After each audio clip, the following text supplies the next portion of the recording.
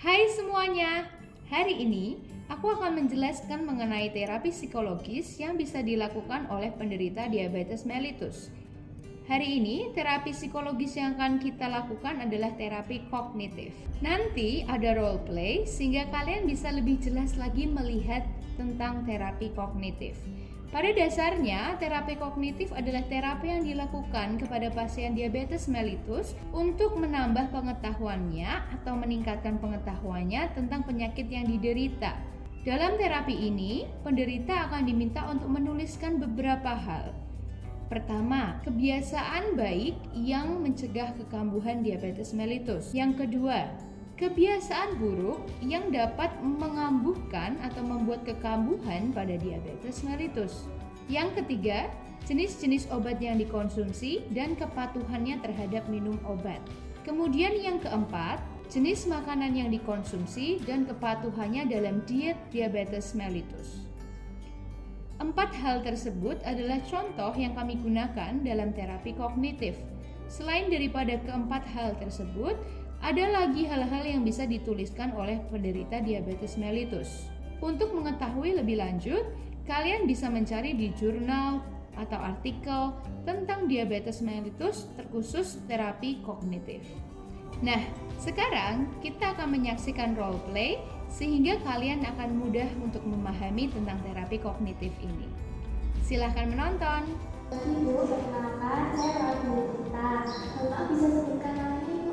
Abike. Oh iya, sebelumnya saya izin tanya Ibu, gula-gulanya berapa? Sebelumnya cek aja. Hari ini cek sih Mbak, tadi 350. Tinggi ya Bu ya. Baik, di sini saya akan memberikan terapi kognitif kepada Ibu, terapi psikologis yang bertujuan untuk meningkatkan pengetahuan Ibu tentang diabetes mellitus yang diderita Ibu begitu. Nanti saya akan berikan kertas, ini ada kertas Ibu dan saya bawa pulpen. Ini saya berikan, kemudian tapi saya akan berikan 4 pertanyaan. Untuk waktunya nanti sekitar 10 sampai 15 menit. Bersedia ya, bersedia ya. Oke, Ibu boleh catat untuk pertanyaan yang pertama. Kebiasaan baik Ibu untuk mencegah kekambuhan. Jadi bisa disebutkan sekitar 3 kebiasaan baik yang Ibu lakukan untuk mencegah kekambuhan DM Ibu.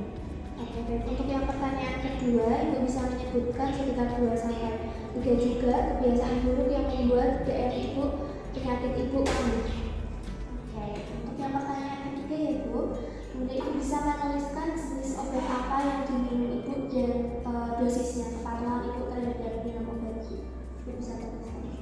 Oke, kemudian untuk yang pertanyaan terakhir, Ibu bisa menuliskan makanan yang biasa Ibu makan pada saat di rumah atau di luar. Dan bisa dituliskan juga untuk kepatuhan diet Ibu, apakah Ibu teratur menerapkan diet Ibu atau Ibu kadang-kadang lupa. Sudah. Oke, baik. Nanti saya lihat ya Bu ya. Oke, untuk pertanyaan pertama di sini Ibu tuliskan kebiasaan baik untuk mencegah penyakit yang Ibu kambuh. Di sini ada minum obat teratur, PSBB ya Bu ya, kemudian makan teratur, olahraga 20 menit per hari, kemudian SBB ya Bu ya, itu mencegah dari Ibu kambuh. Kemudian untuk kebiasaan buruknya di sini Ibu menuliskan tidak makan pagi karena lupa. Kenapa Ibu? Suka kadang kalau ribet gitu ya Mbak, anak sekolah atau apa kan harus nyiapin diet itu, terus lupa deh nggak makan pagi. Tapi makan siang kan?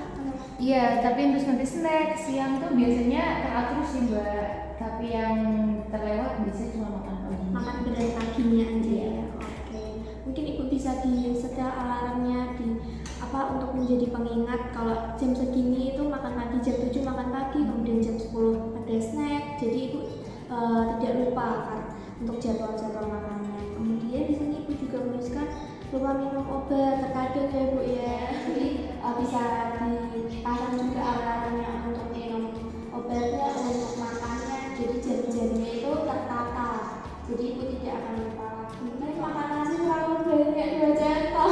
Kenapa Ibu? Iya, karena saya suka nasi Mbak. Jadi kan namanya orang Indonesia ya Mbak, makan nasi itu Makan nasi, belum ya. kenyang. Terus kadang kalau pas lauknya enak kan nambah-nambah terus, itu juga kurang untuk bisa memakan. Oke, jadi Ibu untuk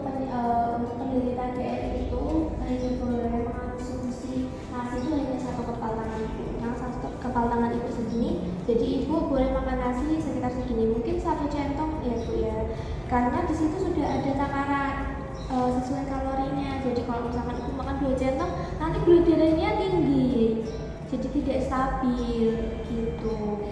Kemudian untuk pertanyaan yang ketiga ini ada insulin ya Bu ya. Oke, obatnya. Kemudian patuh kalau di rumah. Kalau di luar rumah kenapa Bu? Kalau di luar rumah jalan-jalan mesti udah lupa. Kalau makan di luar rumah bisa pakai itu Bu, kayak tempat kotak-kotak itu yang disekat-sekat itu, bisa obatnya ditaruh di situ, jadi tidak lupa. Kemudian untuk makanan sehari-hari ini ada nasi putih yang 2 centong tadi ya Bu ya.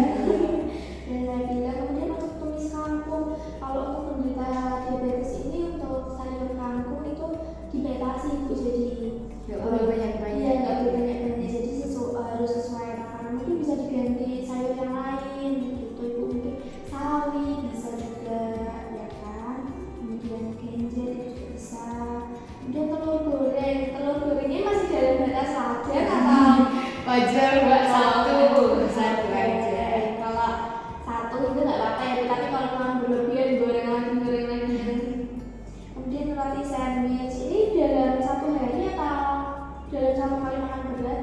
Asal dalam 1 hari sih Mbak, misalnya paginya nasi, nanti siangnya roti, atau dibalik paginya roti, siangnya baru nasi. Oke.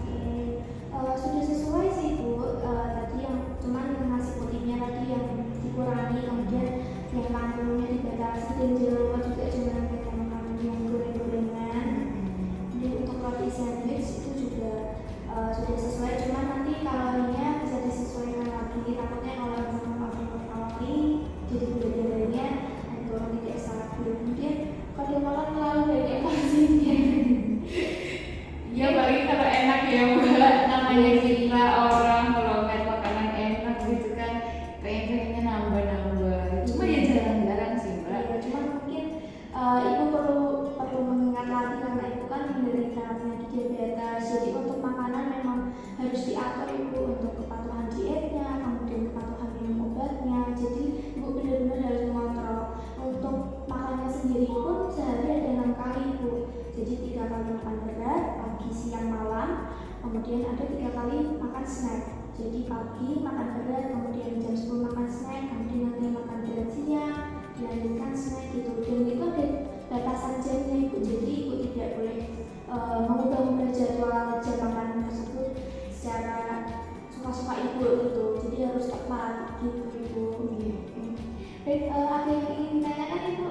Sudah cukup Mbak, terima kasih atas saran-sarannya, nanti saya lakukan.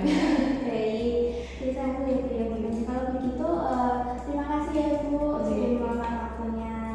Terima kasih. Tadi adalah role play tentang terapi kognitif.